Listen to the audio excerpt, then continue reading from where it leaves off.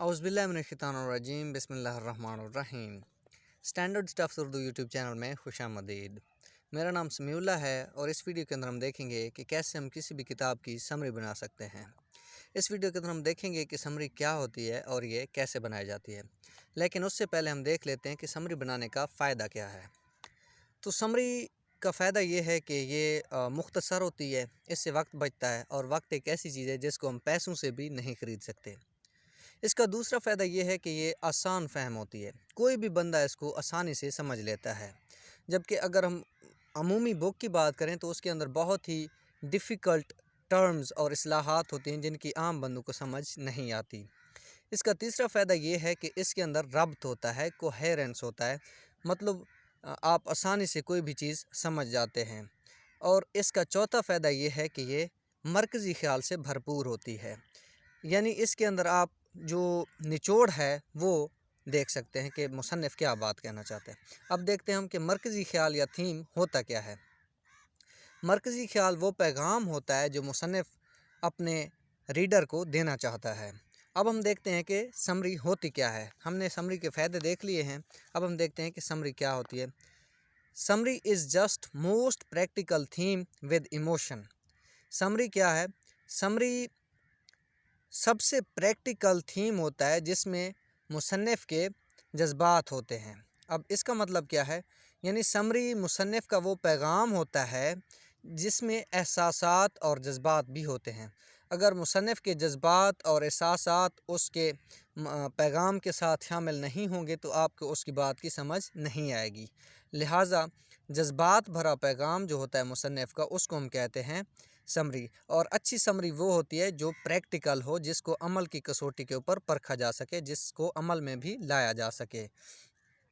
तो इसको हम एक एग्ज़ाम्पल से समझते हैं। फ़ॉर एग्ज़ाम्पल हमने एक बुक देखी थी खुद से खुदा तक, उसकी जो समरी थी, उसका जो पैगाम था मुसन्निफ़ का, वो था नेकी करना। इसी की मदद से हम समरी को समझने की कोशिश करते हैं। अब हम देखते हैं कि समरी बनाई कैसे जाती है। तो समरी बनाने से पहले आपको एक बात ज़हन में बिठा लेनी चाहिए कि आप समरी के अंदर अपनी कोई भी राय ऐड नहीं कर सकते। जो किताब के अंदर बातें हैं आपने सिर्फ़ उन्हीं तक महदूद रहना है, अपनी कोई भी राय उसके अंदर आप शामिल नहीं कर सकते।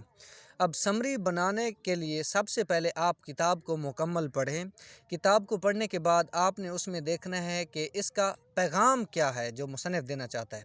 पैगाम को ढूँढने के बाद आपने सपोज़ इस किताब का जो पैगाम था खुद से खुदा तक, उसका पैगाम था नेकी करना। उसके बाद आपने कीवर्ड्स ढूँढने हैं। कीवर्ड्स ऐसे अल्फाज होते हैं जो मुसन्निफ़ के पैगाम को तक़वियत देते हैं, यानी ऐसी इस्लाहात होती हैं, ऐसी टर्म्स होती हैं जिनके बग़ैर उसका पैगाम जो है अधूरा लगता है। उसके पैगाम के अंदर से जज्बात और एहसासात ख़त्म हो जाते हैं, या जिनके बग़ैर हम पैगाम को अमली ज़िंदगी में नहीं ला सकते। तो अब इस किताब का जो खुद से खुदा तक किताब का पैगाम था वो है नेकी। अब हम इसके कीवर्ड्स देखते हैं। इसके कीवर्ड्स हैं तन्हाई, डी अटैचमेंट, मेडिटेशन और फिर है नेकी। तो तन्हाई क्यों? तन्हाई जब होती है तभी इंसान गुनाहों से बच सकता है और तन्हाई अकेले होने का एहसास है। दूसरी चीज़ है डी अटैचमेंट, यानी चीज़ों के साथ अपने लोगों के साथ अपने जज्बात, खुशी, गमी, नफ़रत वग़ैरह अटैच नहीं करनी, क्योंकि अगर आप नफ़रत करेंगे, किसी भी बंदे के साथ नफ़रत का जज्बा जोड़ लेंगे तो आप नेकी नहीं कर पाएंगे। लिहाजा डी अटैचमेंट, किसी भी किस्म का जज्बा किसी के साथ नहीं जोड़ना है। और तीसरी चीज़ है मराक़बा। मराक़बा के अंदर आपका दिमाग आपके बिल्कुल मुकम्मल कंट्रोल में आ जाता है और मराक़बा के अंदर आप मुकम्मल तन्हा हो जाते हैं।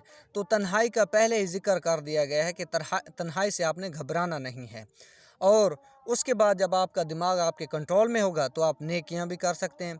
और नेकी कुर्बानी का नाम है, यानी आपने नेकियां ऐसे करनी हैं जैसे किसी के साथ ज़िम्मेदारी, अगर आप कोई भी काम ज़िम्मेदारी के साथ करते हैं तो वो है अच्छाई, लेकिन अगर आप कोई कुर्बानी देते हैं, आपको भी किसी चीज़ की ज़रूरत है और वो आप किसी को दे देते हैं, तो ये है नेकी, आपने नेकियां करनी हैं। तो हमने समरी बनाने का तरीका देख लिया है।